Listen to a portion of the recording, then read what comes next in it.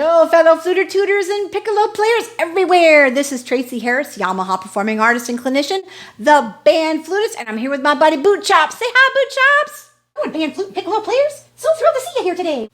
The reason I'm talking about tone today is because tone is incredibly important.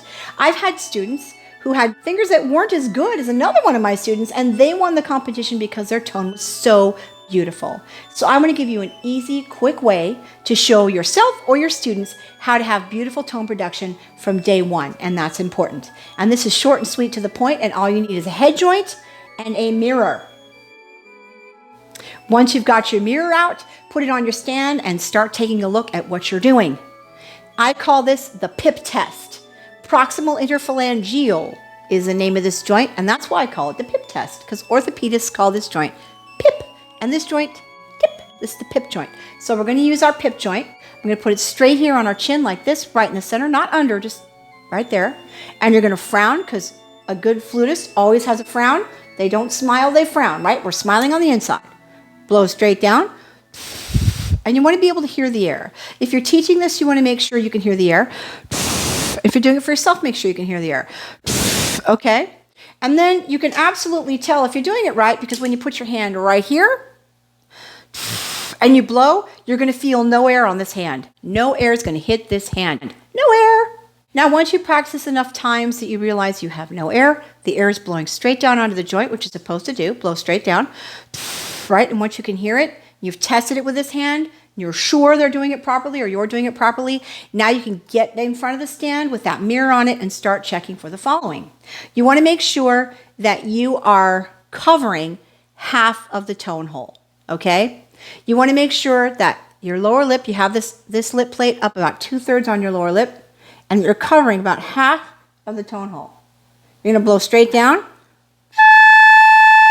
Cleanest sound you can get. If you need the extra reference, you can put your finger right here, put your PIP joint right there, blow straight down.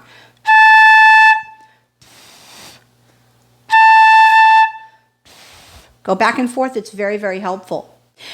Very quick tip. You want to make sure that when you look in the mirror, you want to make sure that your tone hole is right where your embouchure forms on your lips when you blow. Because some people, their embouchure is off to the left or off to the right. This is what we call, I'm going to grab it right here, teardrop formation.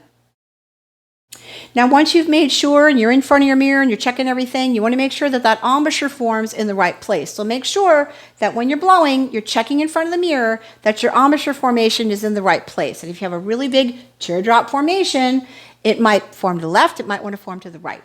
And that's where you center this. This is everything. I can't tell you how many clinics I've been to where I've seen student after student crying about their tone is so terrible, and all they had to do was move it a little bit to the left or a little bit to the right, because their embouchure, right, that thin ribbon of air that's coming out of their embouchure is not hitting in the center of the tone hole. It's over here or over there. It's in a bad place, so they're not getting the best tone they can.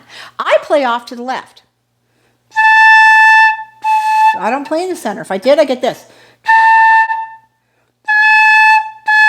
Much better when I play off to the left, right? So check and make sure you or your students know where their embouchure is naturally forming.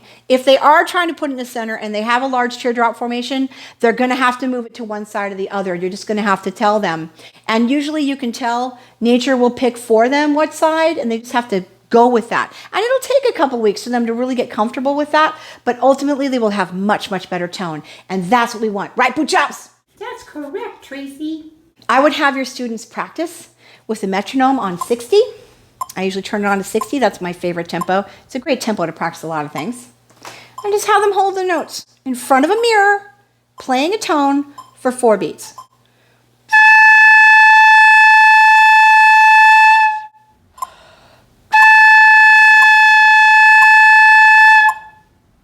I promise you their tone will be so much better if they use the PIP test, because what a lot of people have trouble with is they really don't know in a tangible way where to place the airstream and what it should look like.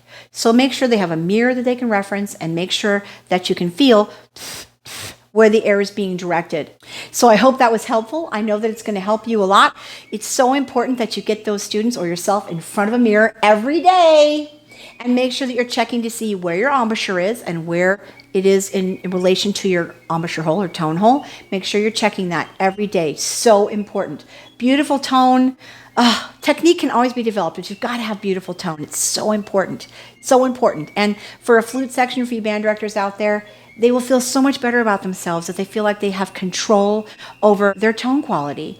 And that's something that the PIP method will give you. You're able to know for sure if you're placing the airstream in the right place. And with the mirror, you can tell if you're doing it properly as well, because you know where your tone hole is in relation to your embouchure hole. And don't ever forget the teardrop formation, the dastardly teardrop formation. It loves to get you. So make sure that they are playing in a place that's anatomically best for them, and that they're moving enough air and they're putting it in the right direction. So I'm so glad that you watched this video. Thanks, you guys. Remember, if you like this video, smack the subscribe button. That's right, smack that subscribe button and hit the like button. Smack the subscribe button and hit the like button. If you really like it, please, I would so appreciate that. On the screen are going to be all my media handles. Make sure that you come and say hi. I'm on Instagram and Twitter, all kinds of fun stuff. Come visit my website. Love to see you there. I will see you guys in my next video along with my pal Boot Chops. You guys have a great day and see you next time.